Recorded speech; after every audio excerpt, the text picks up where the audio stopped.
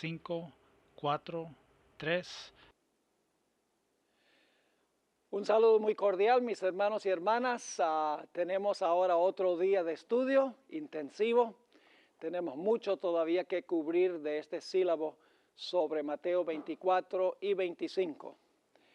Antes de comenzar, queremos hacer lo que hacemos todos los días antes de comenzar nuestro estudio. Y es orar para que Dios bendiga nuestro estudio durante el curso del día. Así que vamos a inclinar nuestros rostros y vamos a orar a nuestro Dios. Padre Celestial, venimos ante tu trono agradeciéndote por la vida que nos das este día. Gracias, Señor, por todas las abundantes bendiciones que tú derramas sobre nosotros. Cosas que a veces tomamos por sentado, pero que son bendiciones de tu mano. Pedimos, Señor, que tú nos acompañes durante el curso de este día. Te pedimos que ilumines nuestras mentes, abras nuestros corazones y nos capacites para compartir el mensaje para este tiempo. Gracias, Padre, por escuchar nuestra plegaria, porque te lo imploramos en el nombre precioso de Cristo, nuestro Salvador. Amén. Quiero mencionarles al comenzar nuestro estudio de hoy que no vamos a estudiar el capítulo número 5 del sílabo y tampoco vamos a estudiar el capítulo número 7 del sílabo. Espero que ustedes hayan leído esos dos capítulos en el tiempo libre que tuvieron ayer. Por eso es que dejamos a las 4 de la tarde libre todo el resto de la tarde y la noche para que puedan leer esos capítulos. Ahora, nada más para darles un poquito de marco en cuanto a esos capítulos.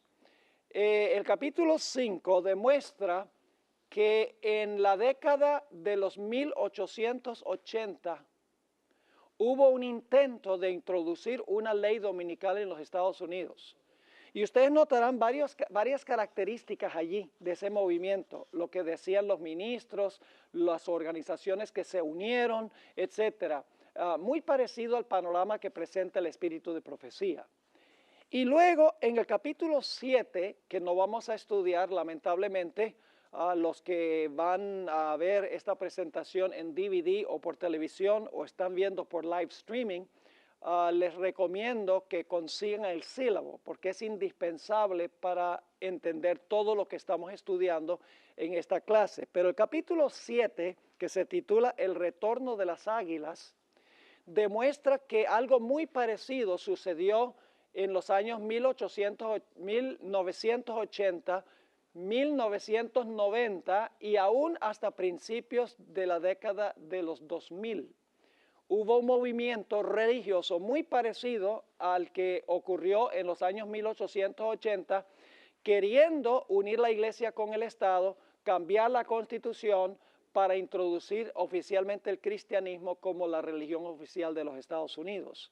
Es decir, el panorama que presenta la hermana White no es un panorama imaginario, porque se ha demostrado ya en la década de los 1880 y también en la década de 1980, 1990 y principios del año 2000, que eso es precisamente lo que quieren los líderes religiosos en los Estados Unidos. Ahora, lo que quiero que estudiemos en esta mañana es la lección número 6. Vamos a estudiar esta lección a la luz del capítulo 5 y el capítulo 7, que no vamos a estudiar porque son capítulos que tratan aspectos históricos. Pero quiero cubrir el capítulo 6 porque ahí la hermana White presenta el panorama de cómo se va a introducir en los Estados Unidos al final de la historia la ley dominical. Es un capítulo que se basa en la perspectiva que presenta el espíritu de profecía sobre eventos finales. Pero, como les menciono, ya la década de 1880 y las décadas de 1980, 1990 y el año 2000 demuestra que lo que mencionó la hermana White es precisamente lo que va a ocurrir, porque ya se ha visto parcialmente cumplirse eso. Ahora vamos entonces a la lección número 6 que se encuentra en la página 63 de nuestro sílabo. Vamos a repasar brevemente lo que nosotros estudiamos ayer, nos dimos cuenta que en Mateo el capítulo 24 vinieron las águilas de Roma en el estandarte cuando los cristianos en la ciudad vieron la señal que hicieron, huyeron y luego entonces vino un periodo de tribulación para ellos. Nos dimos cuenta que el paralelo de eso que traza el espíritu de profecía es que la nación que tiene un águila como su emblema y que tiene un sol en su sello oficial va a imponer ya no la adoración al sol, sino la adoración en el día del sol. Esa nación es los Estados Unidos de América. Y esto no es una conjetura porque ya esto ha sucedido una vez, como les mencioné, y luego sucedió otra vez en tiempos recientes. Ahora, no voy a tratar el subtítulo ¿Por qué no se impuso la ley dominical en 1888? Ustedes pueden leer esa sección. Sencillamente voy a mencionar que hay dos razones por las cuales en 1888 finalmente no hubo una ley dominical. Aunque se llevó ante el Senado y se quería una ley dominical, no se materializó por dos razones. Número uno, porque la iglesia no estaba preparada. La ley dominical está vinculada con el derramamiento de la lluvia tardía y el fuerte clamor de Apocalipsis 18. La iglesia en ese tiempo no estaba preparada para eso. Es más, la iglesia rechazó el mensaje de 1888. Así que Dios no pudo cumplir todas las profecías como nosotros conocemos como adventistas. La segunda razón es que el mundo tampoco estaba preparado. El evangelio no se había predicado a todo el mundo. Los eventos del mundo no se prestaban para el cumplimiento de la profecía de la ley dominical en la década de los 1880. Lo que quiero hacer ahora es ir al pie de la página 64 y vamos a mirar el panorama profético del espíritu de profecía de cómo se va a implementar en los Estados Unidos la ley dominical. Y recuerden, ustedes van a notar, si leyeron esos dos capítulos, el 5 y el 7, inmediatamente se van a dar cuenta que lo que voy a mencionar ya ha sucedido antes en los Estados Unidos. Así que no es nada nuevo. Y va a suceder otra vez. Y yo creo que la próxima vez que se esté presionando por una ley dominical, ya no se va a suspender el intento. Creo que ya se va a implementar la ley dominical que dos veces anteriormente no se materializó. Así que vamos a ir por este material. En primer lugar, tenemos un resumen del panorama que presenta la hermana White. Y luego vamos a especificar leyendo algunas citas del espíritu de profecía. Vamos a seguir el material como lo encontramos en el sílabo. Según el espíritu de profecía, el gobierno de los Estados Unidos va a ser una imagen del papado al unir la iglesia con el Estado. Ustedes saben lo que es la imagen de la bestia, ¿verdad? La bestia es el papado.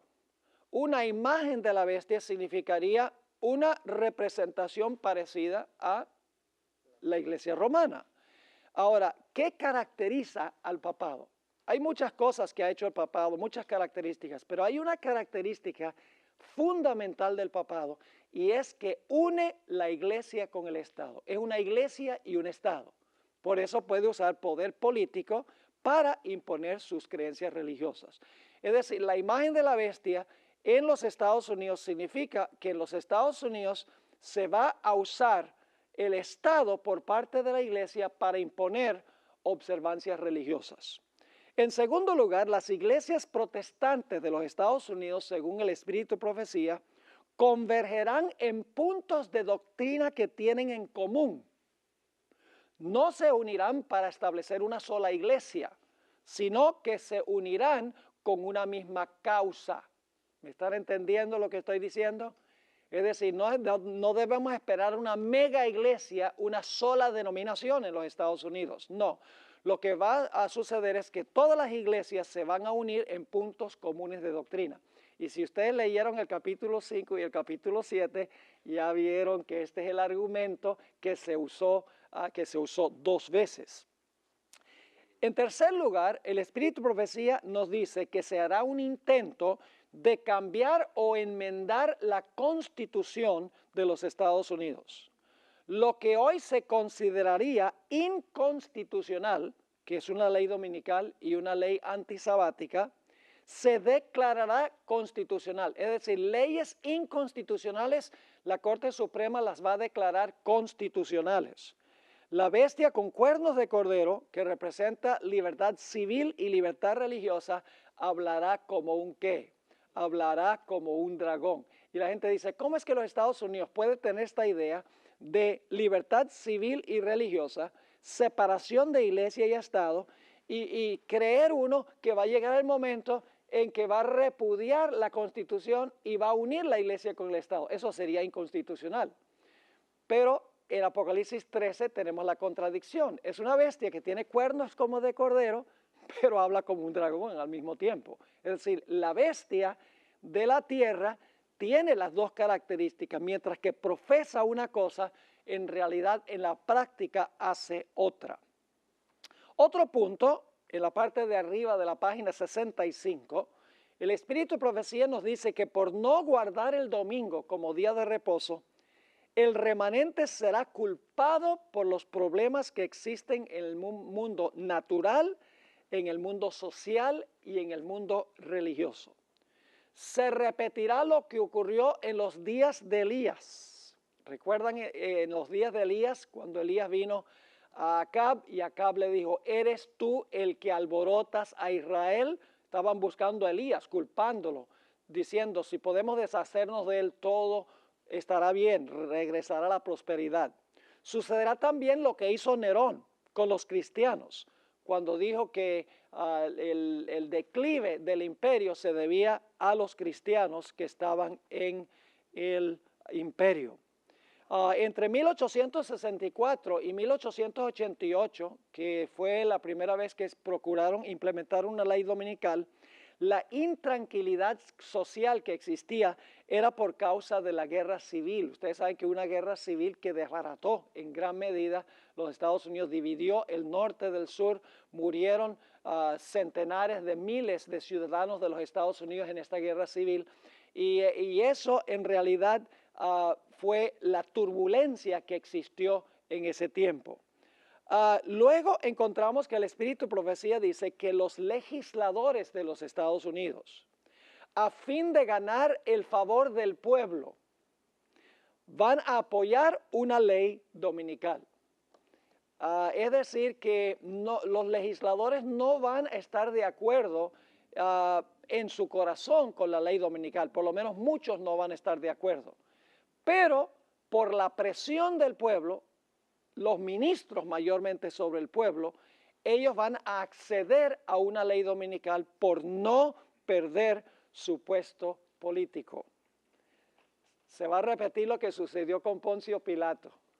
Yo tengo una presentación sobre los eventos finales de Jesús y demuestro cómo en los días de Jesús se unió la iglesia con el poder civil. La iglesia apóstata judía apeló al gobierno romano para crucificar al Señor Jesucristo. Y Pilato 4 veces públicamente dijo, este hombre es inocente, este hombre no tiene ninguna culpa. Y sin embargo Pilato lo condenó. El líder político instigado por la iglesia condenó a Jesús por no perder su puesto político.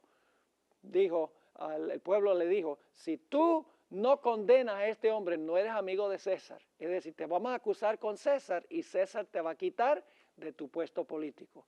Es interesante estudiar los eventos finales a la luz de los eventos finales de Jesús. Se va a repetir al pie de la letra lo que pasó con Jesús, con su pueblo también. Siguiente punto. Algunos congresistas apoyarán la ley dominical no por convicción, sino por temor a perder su posición política. Ahora escuchen bien. Según el Espíritu de Profecía, no debemos votar por candidatos que apoyan la unión de la iglesia con el Estado y la legislación religiosa. Dice ella que si votamos por tales candidatos, seremos responsables ante Dios por los pecados que cometen mientras ocupan su puesto político. Es interesante que en 1888, este es un dato muy interesante, El Partido Demócrata tenía el modo de pensar que tienen los republicanos de hoy. Los demócratas eran los que especialmente querían legislación religiosa, mientras que en la década de los 1980, 1990 y principios del 2000, es el Partido Republicano los que han estado presionando por legislación religiosa. Siguiente punto, los líderes del movimiento a favor de una ley dominical no se darán cuenta en cuanto a las serias implicaciones de lo que están haciendo. No caerán en cuenta cuál es la fuente o cuáles serán las consecuencias de la ley dominical que ellos van a aprobar. Va a suceder como en los días de Jesús. ¿Recuerdan lo que dijo Caifás? Caifás dijo, es necesario que este hombre muera para salvar a la nación, porque si este hombre no muere, vienen los romanos y nos quitan la nación. La hermana White dice que el mismo argumento se va a usar. Si no acabamos con esta gente, lo que va a pasar es que la nación de los Estados Unidos se va a desbaratar y va a dejar de existir, va a perder su poder. Por eso es necesario acabar con esta gente. Es decir, se va a repetir el mismo argumento que se usó en los días de Jesús. Y los líderes no se van a dar cuenta de las serias implicaciones, porque si Caifás hubiera estado vivo en el año 70, cuando fue destruida Jerusalén, se daría cuenta cuál fue el resultado de su decisión. Ahora, siguiente punto. Esto nos hace pensar de lo que ocurrió en los días de Asuero, en la historia de Esther. El consejero religioso del rey lo convenció de que los judíos eran una amenaza para la estabilidad del reino. ¿Recuerdan eso? Que fue Amán y le dijo al rey, mira, hay un pueblo esparcido en todas partes, tienen leyes diferentes, no obedecen las leyes del rey, no conviene tenerlos, porque si la gente no obedece las leyes, va a haber insurrección y va a haber problemas en el reino, tienes que deshacerte de ellos. Pero era mentiroso, ¿verdad que sí? ¿Qué sucedió cuando el rey Asuero se despertó y se dio cuenta que su consejero lo estaba engañando? Se llenó de ira, fue contra el que lo había aconsejado mal. Eso mismo va a suceder al final de la historia. En Apocalipsis 17, 16 dice que los reyes con quienes fornicó la ramera se levantarán contra la ramera y la harán desolada, desnuda. Comerán sus carnes y la quemarán con fuego. Es una forma de decir que van a estar bien bravos con ella. En realidad es el castigo que se le daba a una prostituta en el Antiguo Testamento. El siguiente punto, los protestantes le pedirán a los católicos que apoyen la ley dominical nacional. A veces pensamos que son los católicos que le van a decir a los protestantes que ellos impongan una ley dominical, y eso puede tener un elemento de verdad, pero los protestantes van a pedirle a los católicos que apoyen en los Estados Unidos una ley dominical según el espíritu de profecía. No serán los católicos los que persuadan a los protestantes, sino los protestantes que persuadirán a los católicos. Por eso es que la segunda bestia de Apocalipsis 13 hace una imagen de la primera bestia para favorecerla y ayudarla a recuperar su poder. Al pie de la página, la ley dominical con el transcurso del tiempo se convertirá en una ley antisabática. Es decir, al principio va a ser una ley dominical, todos tienen que guardar el domingo, pero finalmente lo que sucederá es que harán una ley que prohíba también guardar el sábado. Y eso, claro, sería una ley inconstitucional y sería una violación de las primeras dos cláusulas de la primera enmienda de los Estados Unidos. La primera enmienda dice que el Congreso no puede hacer ninguna ley que establezca religión, ni que prohíba que la gente practique su religión. ¿Sería una violación de eso implementar el Congreso una ley dominical? Lógico, claro que sí, es establecer religión. ¿Sería inconstitucional prohibir que la gente guarde el sábado? Es una violación de la segunda cláusula que dice que la gente puede practicar libremente su religión. Pero eso va a pasar. Es decir, los Estados Unidos va a contradecir lo que está en la Constitución en la práctica. Tiene dos cuernos como cordero, pero va a terminar hablando como ¿qué? Como un dragón. La sierva de Dios dice que se impondrá por la fuerza la marca de la bestia y se perseguirá a los que tienen el sello de Dios. Es decir, no solo se exigirá la observancia del domingo, sino que se prohibirá la observancia del sábado. Así, se pisotearán las primeras dos enmiendas, dos cláusulas de la primera enmienda a la Constitución de los Estados Unidos. Y saben, hay dos historias bíblicas que ilustran esto muy bien. Las primeras dos cláusulas de la primera enmienda a la Constitución. Esas historias están en Daniel 3 y Daniel 6. Yo pregunto, cuando Nabucodonosor levantó una imagen y mandó a todos a adorar a la imagen, ¿estaba estableciendo el rey una observancia religiosa? ¿Cómo no? ¿Sería esa una violación de la primera cláusula de la primera enmienda? ¿Hacer una ley que establezca religión? ¿Cómo no? ¿Cuál fue el resultado de que el poder civil implementara esa ley de adoración? Persecución. Ahora, en Daniel 6 tenemos el otro lado de la moneda. En Daniel 6 el rey no está estableciendo religión, sino que está prohibiendo que la gente practique su religión. Dice, no se puede hacer una petición a ninguna persona dentro de 30 días, sino al rey. Es decir, se está prohibiendo que Daniel ore a su Dios. ¿Y qué sucedió como resultado de esa ley? Nuevamente, ¿qué cosa? Persecución.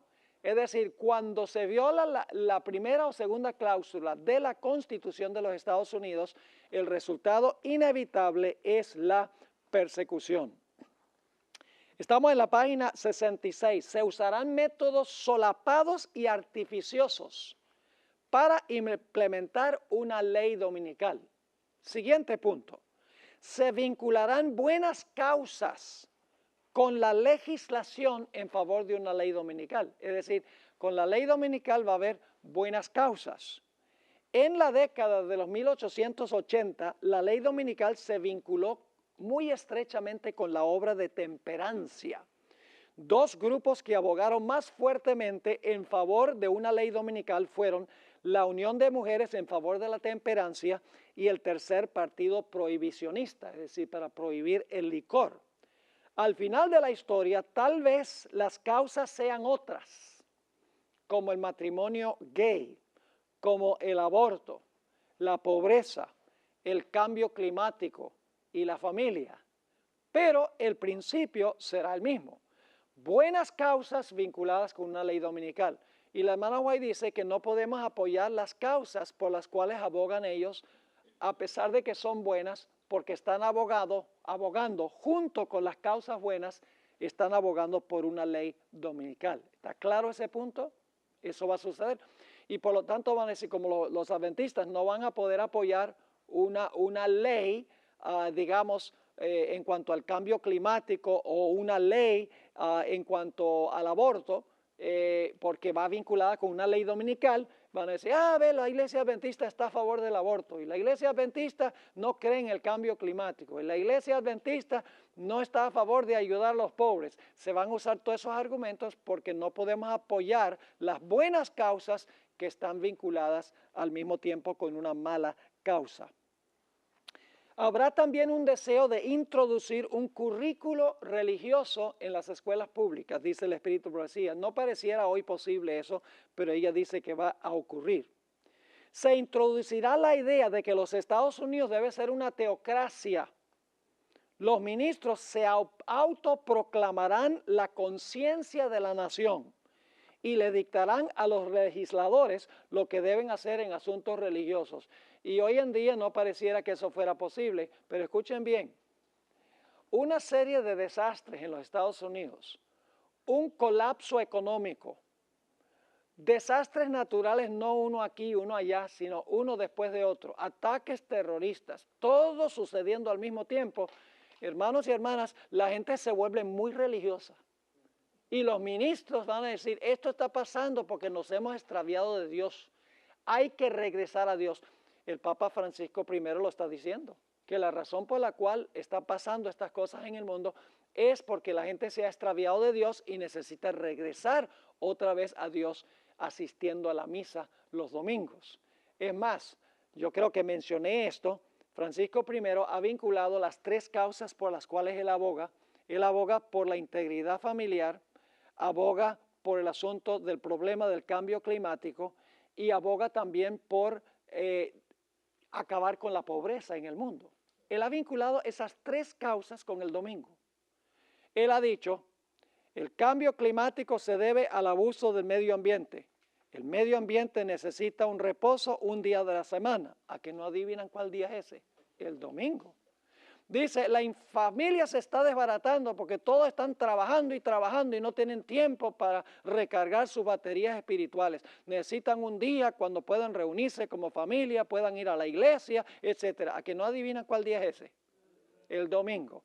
Luego dice, los pobres, ay, trabajan tan duro. Los capataces capitalistas los hacen trabajar y trabajar y trabajar. Necesitan darles un día libre para que puedan descansar. ¿A que no adivinan cuál día es? El domingo. Él lo ha dicho.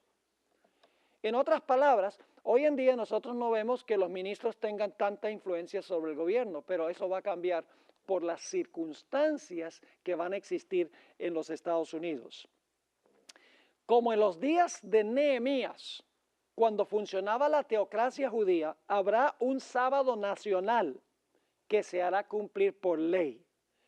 El reconstruccionismo, no podemos hablar de eso detenidamente, quiere que los Estados Unidos haya una iglesia unida con el Estado como existía en la época colonial de los Estados Unidos. Recuerdan que en la época de la colonia, antes de que se ratificara la Constitución de los Estados Unidos, ellos tenían leyes dominicales en todas las colonias. La gente tenía que asistir a la iglesia los domingos. Es más, la gente le pagaba los diezmos al gobierno y el gobierno le pagaba a los ministros. Y cualquier persona que no pertenecía a la iglesia establecida de la colonia, que era la iglesia de los puritanos, la iglesia anglicana, no podía ocupar ningún puesto político. Solamente los que pertenecían a la iglesia podían tener un puesto político. Es decir, había una teocracia donde la iglesia y el Estado estaban unidos. El espíritu de profecía dice que eso va a pasar de nuevo. Sigue diciendo la hermana White, eventualmente todo el mundo seguirá en los pasos de los Estados Unidos y hará cumplir una ley dominical internacional. Es decir, la ley dominical nacional se volverá una ley dominical internacional. Apocalipsis 13:3 dice que todo el mundo se maravilló en pos de la bestia. Esto parece imposible ahora con los musulmanes, los budistas y los hindúes, pero sucederá. Y ustedes dicen, ¿cómo va a suceder? Los milagros a nivel global, el aumento de la criminalidad, el terrorismo, el deseo de eliminar la pobreza y los desastres naturales por causa del cambio climático harán que todos cooperen por salvar al mundo de la ruina. Eso es lo que va a suceder según el Espíritu de Profecía. Lo leímos ayer, donde la hermana White menciona todos los desastres naturales, la criminalidad, guerras y rumores de guerras, y luego ella dice, y luego Satanás le echará la culpa al pueblo de Dios como causantes de estos males. Pero la hermana White sigue diciendo que el pueblo de Dios rehusará guardar el domingo e insistirá en guardar el sábado y como resultado perderán sus derechos civiles, se les prohibirá vender y comprar y finalmente se emitirá contra ellos un decreto de muerte. Y hoy en día hay teólogos adventistas que dicen eso nunca va a pasar en este país. Que no va a pasar. La hermana White dice que el corazón del hombre puede ser muy cruel cuando se le retira la influencia del Espíritu de Dios. Hoy en día no pareciera posible. Hay una cita que vamos a leer más adelante, donde la hermana White dice, todo esto ahora parece imposible, pero va a haber grandes cambios en el mundo y los eventos finales serán rápidos. Todavía no sabemos qué es lo que va a suceder, sino por lo que dice el Espíritu de Profecía, porque todavía no ha ocurrido. Dice el Espíritu de Profecía, aquí está la cita, para la sabiduría humana, todo esto parece ahora imposible. Pero a medida que el espíritu refrenador de Dios se retire de los hombres y estos sean dominados por Satanás, que aborrece los preceptos divinos, se verán cosas que muy extrañas, muy cruel puede ser el corazón humano cuando se le retiran el temor y el amor de Dios. Toda persona en el mundo tendrá que decidir de cuál lado va a estar. Los fieles recibirán el sello de Dios y los infieles recibirán la marca de la bestia. Y entonces se cerrará la puerta de la gracia y comenzará el tiempo de angustia. Yo pregunto, ¿es esa la secuencia de Mateo el capítulo 24? Igualita. Hemos estudiado ayer la secuencia de eventos que nos llevan hasta el tiempo de angustia. El panorama que presenta el Espíritu de Profecía sigue la exacta secuencia de Mateo el capítulo 24. Es impresionante. Ahora, no hemos estudiado el tiempo de angustia, no hemos estudiado la falsificación de Satanás de la segunda venida, no hemos estudiado de la gran tribulación, no hemos estudiado en cuanto a las señales en el sol, la luna y las estrellas. Eso es lo que tenemos que estudiar hoy y tenemos que estudiar en los dos temas que tenemos mañana. Ahora, vamos a leer algunas citas de la hermana White en el tiempo que nos queda y tal vez vamos a tener que dedicar también parte de la próxima clase a leer estas citas sobre lo que acabamos de mirar en forma de bosquejo. El Espíritu de Profecía es muy definitivo cuando se trata de que en los Estados Unidos se va a unir la iglesia con el Estado. La hermana White repetidas veces dice eso. Vamos a leer aquí algunas citas, no podemos leer todas estas citas porque no nos alcanza el tiempo, pero vamos a leer algunas representativas. En el Conflicto de los Siglos, página 437, dice la sierva del Señor, semejante actitud, es decir, enmendar la Constitución, sería abiertamente contraria a los principios de este gobierno, al genio de sus instituciones libres, a los claros y solemnes reconocimientos contenidos en la Declaración de Independencia y contrarios finalmente a la Constitución. Es decir, unir la iglesia con el Estado sería contrario a la Constitución.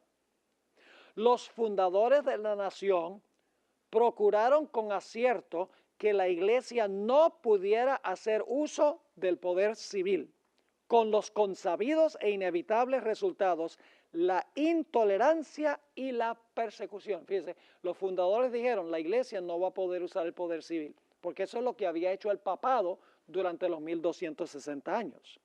Sigue escribiendo, la Constitución garantiza que el Congreso no legislará con respecto al establecimiento de una religión, ni prohibirá el libre ejercicio de ella, y que ninguna manifestación religiosa será jamás requerida como condición de aptitud para ninguna función o cargo público en los Estados Unidos. Y luego dice esto, solo en flagrante violación de estas garantías de libertad de la nación es como se puede imponer por la autoridad civil la observancia de cualquier deber religioso. ¿Están captando lo que está diciendo? ¿Sería una violación de la Constitución de los Estados Unidos una ley dominical?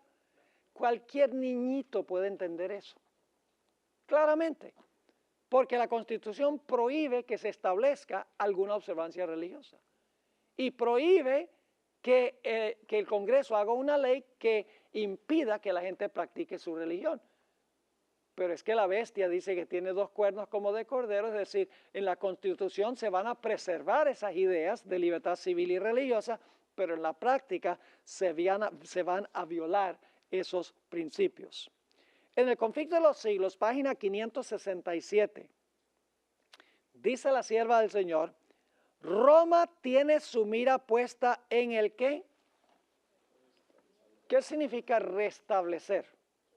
¿Usted puede restablecer algo que ya está establecido? No. ¿Qué quiere decir restablecimiento? Significa que en algún momento perdió su poder, ¿sí o no? ¿Cuándo perdió su poder? Cuando recibió la herida mortal. Roma tiene su mira puesta en el restablecimiento de su poder y tiende a, ¿qué cosa? Recuperar, fíjense las palabras que se usan, recuperar su supremacía perdida. Establezcase en los Estados Unidos el principio de que la iglesia puede emplear o dirigir el poder del Estado, que las leyes civiles pueden hacer obligatorias las observancias religiosas. En una palabra, que la autoridad de la iglesia con la del Estado debe dominar las conciencias y el triunfo de Roma quedará asegurado en la gran república de la América del Norte. Esa cita es muy significativa. Noten la siguiente cita, Conflicto de los Siglos 601. Una vez que el sábado llegue a ser el punto especial de controversia en toda la cristiandad y las autoridades religiosas y civiles ahí está otra vez la idea, se unan para imponer la observancia del domingo, la negativa persistente por parte de una pequeña minoría de ceder a la exigencia popular la convertirá en un objeto de execración universal. La siguiente cita, el Evangelismo, página 174. Cuando las iglesias protestantes se unan con el poder secular para sostener una falsa religión, a la cual se opusieron sus antepasados, soportando la más terrible persecución, entonces el día de descanso papal será hecho obligatorio por la autoridad combinada de la Iglesia y el Estado. Habrá una apostasía nacional que determinará tan solo la ruina nacional. Esa es la abominación asoladora. La abominación es el falso día de reposo y la desolación es la destrucción o la ruina que viene como resultado. ¿Les quedó claro ese punto cuando lo estudiamos ayer? Ahora, vamos a la siguiente página, la página 68. La hermana White repetidas veces dice que los que van a querer una ley dominical están andando a ciegas, no saben lo que están haciendo. Solo se darán cuenta de las implicaciones ya cuando sea demasiado tarde. Ellos mismos no saben lo serio que es implementar legislación religiosa. En el tomo 5 de los testimonios, página 665, dice ella, son muchos los que, aún entre los empeñados en este movimiento para imponer el domingo, están ciegos en cuanto a los resultados que seguirán a esta acción. No ven que están atentando directamente contra la libertad religiosa, es decir, están andando a ciegas. En la Review and Herald, enero 1, 1889, ella habla de una fuerza subterránea que está causando esto. Una fuerza satánica está propulsando el movimiento a favor del domingo. Pero obra ¿cómo? Ocultamente. Aún los hombres que están activos en esta obra están ¿qué? Enceguecidos en cuanto a los resultados que resultarán de su movimiento. Los resultados que vendrán de su movimiento. Es que los que quieren la ley dominical ni siquiera se dan cuenta de dónde viene esta idea ni a dónde va a conducir esta idea. Cómo va a conducir a la ruina nacional. Testimonios para la Iglesia, tomo 5, página 427. Esta es mi cita favorita en cuanto a los peligros que representa una ley dominical. Dice, el movimiento en favor del domingo se está abriendo paso ¿cómo? En las tinieblas.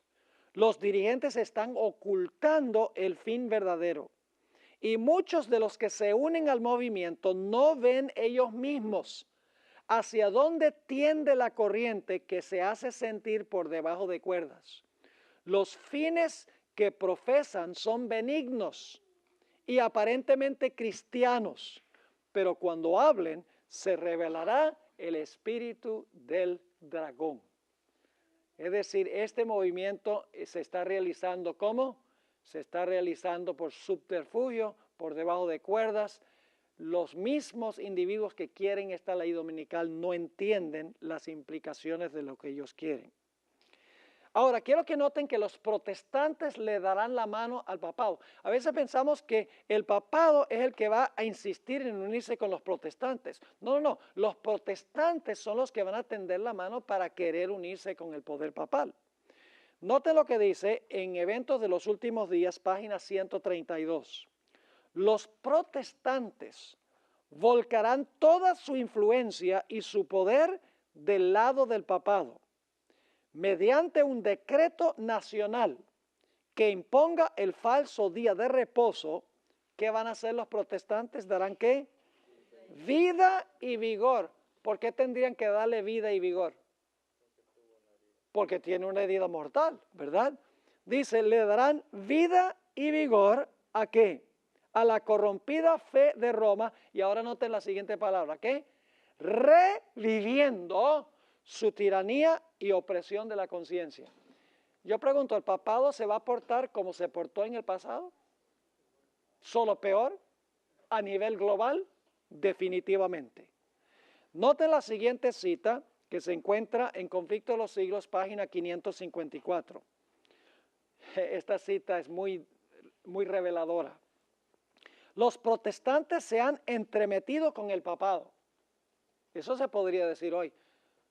Yo creo que ustedes saben lo que sucedió con Tony Palmer. ¿Recuerdan el evento de Tony Palmer en este congreso? Después que Tony Palmer trajo ese video que tomó con su iPhone a esa convención pentecostal, un líder protestante tras otro viajaron a Roma para encontrarse con el Papa y mostraron gran admiración por el catolicismo romano. Entre esos estaba Rick Warren. ¿Saben quién es Rick Warren? El que escribió La vida con propósito y La iglesia con propósito. La vida con propósito ha vendido más de 50 millones de ejemplares. Se usa inclusive en muchas iglesias adventistas. Muy leído en todo el mundo cristiano. Fue Joel Osteen. ¿Ustedes saben quién es Joel Osteen? Llena un coliseo en Houston, 4 cultos los domingos, completamente repleto, más de 25,000 personas reunidas allí.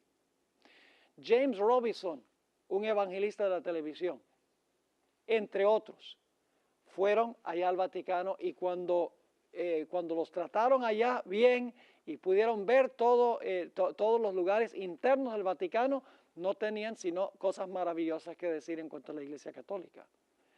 Así que aquí dice, los protestantes se han entremetido con el papado y lo han patrocinado, han hecho transigencias y concesiones que sorprenden a los mismos papistas y les resultan incomprensibles. Es decir, el papado dice, esto es demasiado bueno para creerlo. Que los protestantes nos estén extendiendo la mano. Se les ha olvidado cómo nos portamos nosotros en el pasado. Sigue diciendo la sierva del Señor. Los hombres cierran los ojos ante el verdadero carácter del romanismo, ante los peligros que hay que temer de su supremacía. Hay necesidad de despertar al pueblo para hacerle rechazar los avances de este enemigo. ¿Qué clase de enemigo es? De este enemigo peligrosísimo de la libertad civil y religiosa. ¿Ustedes creen que el papado todavía es peligroso para la libertad civil y religiosa? Hoy en día da otra cara. Y la gente dice, no, este sistema ha cambiado. Porque el Papa lava los pies de diferentes religiones, abraza a los leprosos, habla de la necesidad de resolver el problema del cambio climático, de la integridad de la familia, de eliminar la pobreza del mundo, y eso todo suena como Judas Iscariote, que decía lo mismo. Pero es sencillamente una cara que le está presentando el mundo, hasta que pueda cobrar el poder. Y cuando tenga el poder, el mundo se va a despertar, pero va a ser demasiado tarde. No va a poder hacer absolutamente nada. Quiero leer la última cita aquí en la página 68. Cualquier movimiento en favor de la legislación religiosa es realmente una concesión ¿a quién? Al papado, que durante tantos siglos ha guerreado constantemente contra la libertad de conciencia. La observancia del domingo debe su existencia como supuesta institución cristiana al misterio de iniquidad y su imposición será un reconocimiento virtual de los principios que constituyen la misma piedra angular del romanismo. Cuando nuestra nación abjure de tal manera los principios de su gobierno que promulgue una ley dominical, en este acto el protestantismo dará la mano al papismo. ¿Quién es el que le está dando la mano a quién?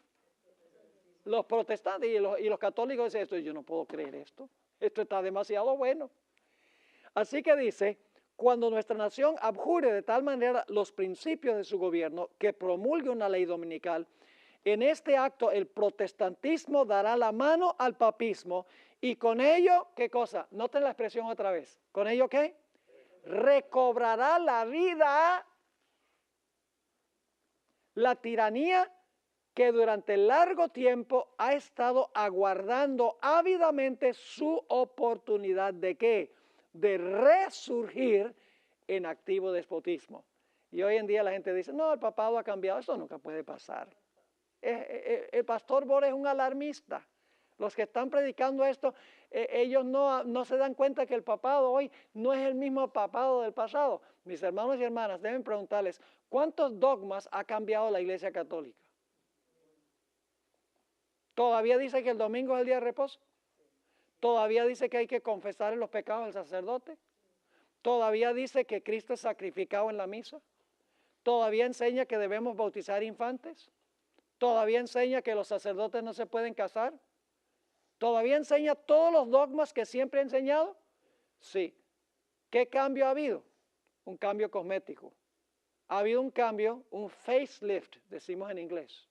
Ha tenido cirugía plástica, pero por dentro es el mismo sistema que gobernó el mundo durante los 1260 años.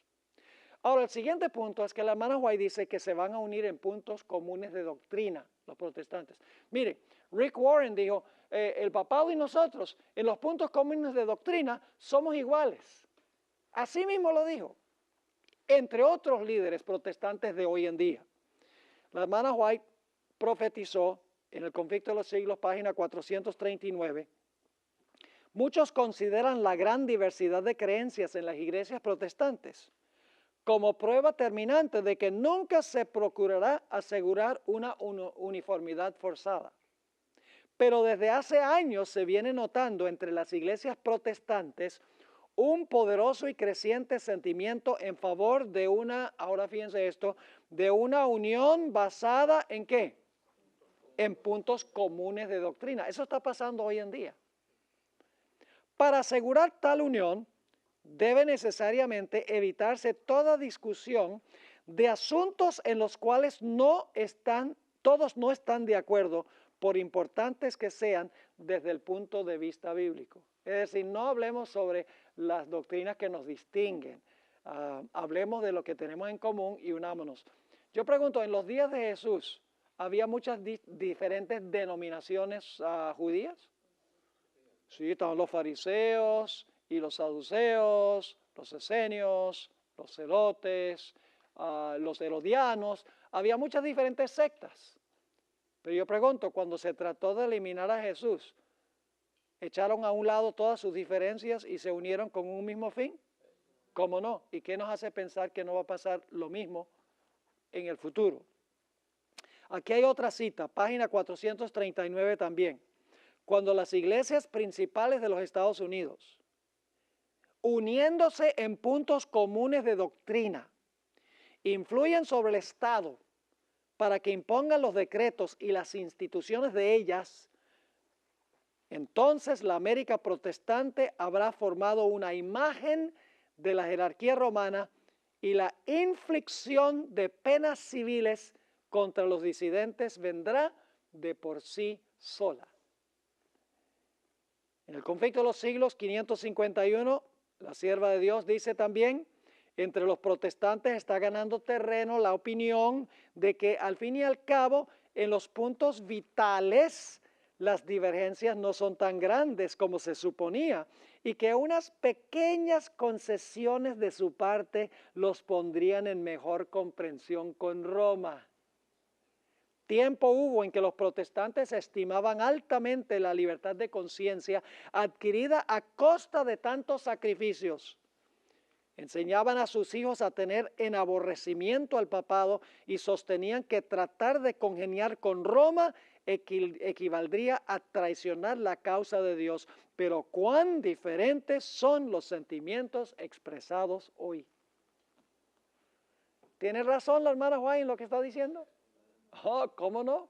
Si están ustedes leyendo los periódicos, se van a dar cuenta que esto es precisamente lo que está pasando. Los protestantes miran muy favorablemente el papado hoy en día, porque creen que el papado ha cambiado. Ahora, ¿qué papel jugará el clero? No estudiamos nosotros los eventos finales de Jesús, pero saben, en Mateo el capítulo 27 y el versículo 20, dice que los líderes religiosos influyeron sobre el pueblo para apelar a Pilato para que crucificara a Jesús. Es decir, ¿quiénes están detrás de todo esto? Los líderes espirituales, los ministros. Animan a la turba de apelar al poder civil para la muerte de Jesús. Y así va a pasar al final de la historia. Noten esta cita que se encuentra en Review and Herald, diciembre 24, 1889. Estas que están en Review and Herald y Signs of the Times, yo las busqué en español, no están en ninguna fuente en español, así que yo tuve que traducirlas. Dice lo siguiente: planes de suma importancia para el pueblo de Dios están avanzando de una manera que solapada entre los ministros de las varias denominaciones. Y el objetivo de las maniobras secretas es ganar, ¿qué cosa? El favor popular. ¿Qué quiere decir eso? Que los ministros quieren ganar el favor popular. La gente, ¿verdad? Ganar el favor popular en pro de la santidad del domingo. Si se puede convencer al pueblo que favorezca una ley dominical, entonces los ministros se han propuesto a unirse y a usar toda su influencia para obtener una enmienda religiosa a la Constitución que obligue a la nación a guardar el domingo. ¿Dónde radica primordialmente el problema? ¿Con el pueblo o con los ministros del pueblo? Con los ministros del pueblo, exactamente. Ahora, yo pregunto, ¿los políticos van a acceder a los gritos del pueblo? ¿Cómo no? Noten esta cita que encontramos en el Conflicto de los Siglos, página 578. Los dignatarios de la Iglesia y del Estado se unirán para hacer que todos honren el domingo, y para ello apelarán al cohecho, a la persuasión o a la fuerza. La falta de autoridad divina se suplirá con ordenanzas abrumadoras. Y ahora yo me pregunto qué escribiría hoy. La corrupción política. Claro, eso no existe hoy en día, ¿verdad? Intensificado, hermanos y hermanas. La corrupción política está destruyendo el amor a la justicia y el respeto a la verdad.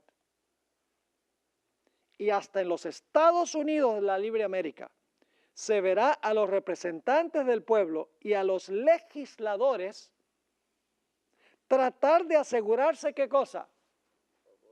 El favor público. ¿Qué significa eso? Que van a tratar de ganar el favor público. Si la gente lo quiere, porque los ministros le dicen a sus iglesias que eso es lo que tienen que hacer, entonces los políticos van a decir, hay que hacer lo que el pueblo quiere, porque si no, no van a votar por nosotros. El propósito es ganar votos. Ustedes saben que ese es el propósito de los políticos. Los políticos dirían cualquier cosa y harían cualquier cosa para ganar votos. Y eso es lo que está diciendo la sierva de Dios. Dice, hasta en los Estados Unidos de la Libre América se verá a los representantes del pueblo y a los legisladores tratar de asegurarse el favor público, doblegándose a las exigencias populares por una ley que imponga la observancia del domingo. La libertad de conciencia que con tantos sacrificios ha costado no será ya respetada. No voy a leer la siguiente cita en su totalidad, solamente la parte de abajo de la cita, eventos de los últimos días 131. La hermana White dice que no debemos votar por candidatos que enseñen que se debe unir la iglesia con el Estado y que debe haber legislación religiosa. La última parte de la cita dice, el pueblo de Dios no debe votar para colocar en sus cargos a tales personas, porque al hacerlo se hacen partícipes de los pecados que ellos cometen mientras están en sus funciones. No hay ningún problema con que votemos, pero tenemos que estar seguros por quién estamos votando y qué cree realmente la gente por quienes estamos votando. Hay que hacer investigación. Es decir, no solamente debemos votar porque un candidato es más simpático o porque dice cosas que nos gusta escuchar. Hay que hacer investigación para ver qué creen ellos en cuanto a la Constitución, a la libertad religiosa y civil, al asunto de la unión de la Iglesia con el Estado, etc. La hermana White también dijo que no debemos nosotros votar por candidatos que quieren introducir un currículo religioso en las escuelas públicas. Dice ella, hablando de lo que querían hacer en la década de los 1880, esto está en el Watchman, mayo 1, 1906, el esfuerzo que hace ahora la Iglesia por convencer al Estado que introduzca la enseñanza del cristianismo a las escuelas públicas no es sino un reavivamiento de la doctrina de obligación en asuntos religiosos y como tal es anticristiana. Y usted dice, pero ¿por qué sería anticristiana? Yo les pregunto esto. Si en la Constitución se pusiera que esta es una nación cristiana, ¿sería esa una violación de la primera enmienda de la Constitución? ¿Sería establecer una religión? Claro. ¿Sería inconstitucional entonces? ¿Cómo no? Introducir a currículo cristiano en las escuelas públicas, que son financiadas por el gobierno, ¿sería inconstitucional? Claro. ¿Y qué pasa con los niños budistas que van a la escuela pública? ¿Qué pasa con los niños musulmanes que van a la escuela pública? ¿Qué sucede con los niños de otras religiones que van a la escuela pública? Entonces, ¿a ellos hay que inculcarles la religión cristiana? No, sería inconstitucional. Y la hermana White lo entendió. Ahora, no significa por eso que estamos en contra del cristianismo. Pero ¿dónde se debe enseñar el cristianismo? Se debe enseñar en el hogar, se debe enseñar en la iglesia. Y si nuestros miembros estuvieran mandando a sus hijos a las escuelas de iglesia, no tendrían ese problema. Nunca fue el plan de Dios que nosotros enviáramos nuestros hijos a las escuelas públicas. Dios quería que tuviéramos nuestro propio sistema de escuelas adventistas donde se pudiera inculcar la forma de pensar de la iglesia adventista, pero hoy en día los padres dicen es mucho mejor mandarlos a las escuelas públicas porque sale gratis. Pero a la larga les va a salir bien caro, porque muchos padres pierden a sus hijos. Continuaremos pues estudiando lo que dice la hermana White en la siguiente sesión.